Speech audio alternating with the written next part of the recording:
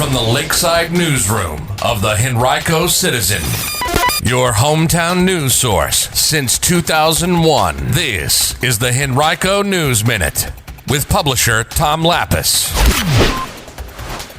Masks are now optional for everyone in Henrico County Public Schools, and the Youngkin administration eliminates Virginia Department of Education equity initiatives. We'll tell you more in today's Henrico News Minute. It's Monday, February 28, 2022. It's brought to you today by Henrico County. And now for the news. Well, wearing masks is now a fully optional decision for everyone in Henrico schools and on county school buses. The school system Friday announced that it was dropping a mask requirement for adults in school buildings. Now that's optional. Of course, it had already become optional for students to wear masks, and then this weekend announced that mask wearing on school buses would become optional beginning today, in keeping with new CDC guidance. Previously, it had been a federal mandate that masks were to be worn on school buses nationally. Now the CDC is leaving that decision up to local school districts. Now, all Henrico schools continue to supply multi-layer and KN95 masks upon request. This is another topic you can read more about on henricocitizen.com right now. Well, the first executive order that Governor Glen Youngkin signed when he took office earlier this year was to end the use of, quote, inherently divisive concepts, end quote. Now, more than a month later, his administration has defined some of those concepts and has rescinded several policies, programs, and resources that had been published by the Virginia Department of Education.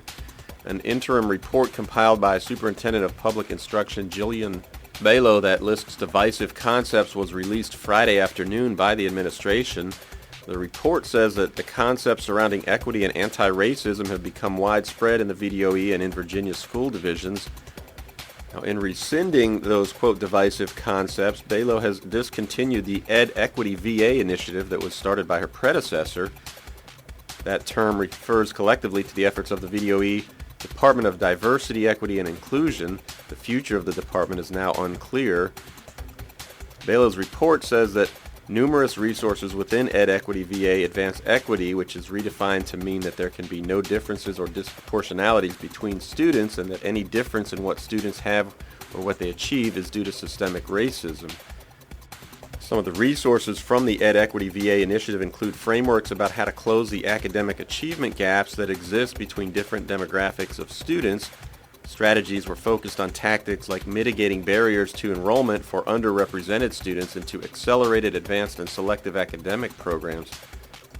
On Friday, Democratic legislators railed against the report, with Senator Mamie Locke of Hampton saying, quote, with the appointment of Julian Balo, Governor Youngkin has hired his general for the war to erase any history that might be perceived by white students or parents as forcing them to feel inferior.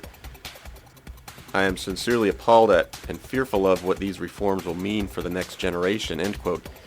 Now, it's not immediately clear how Balo's report and Youngkin's order will affect what is taught in classrooms. Henrico Schools promotes a framework called the Culturally Responsive Education Model through its Office of Equity, Diversity, and Opportunity. A spokeswoman for the system said Friday that the division has not received guidance from the VDOE on the matter.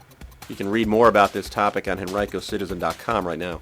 Well, if you're looking for a new job, mark this down on your calendar. The 2022 RVA Career Expo will be held on Friday, March 11th from 9 a.m. to 2 p.m. at the Cultural Arts Center at Glen Allen. The event is presented annually by the Richmond chapter of the Virginia Tech Alumni Association in partnership with the nonprofit Career Prospectors and Job Assistance Ministries groups. The expo is free to attend and open to everyone, but you do have to have a ticket. You can get one by completing the online registration at richmondhokies.org/career expo. There will be representatives from more than 100 companies in attendance. The event during its history has generated more than $200,000 to fund scholarships for local students who attend Virginia Tech. Today's Henrico News Minute has been brought to you by Henrico County, which is celebrating Black History Month all month long. Visit the county's YouTube page at youtube.com/Henrico County Government to watch original documentaries and biographies spotlighting Henrico's black community. That's youtube.com/Henrico County Government.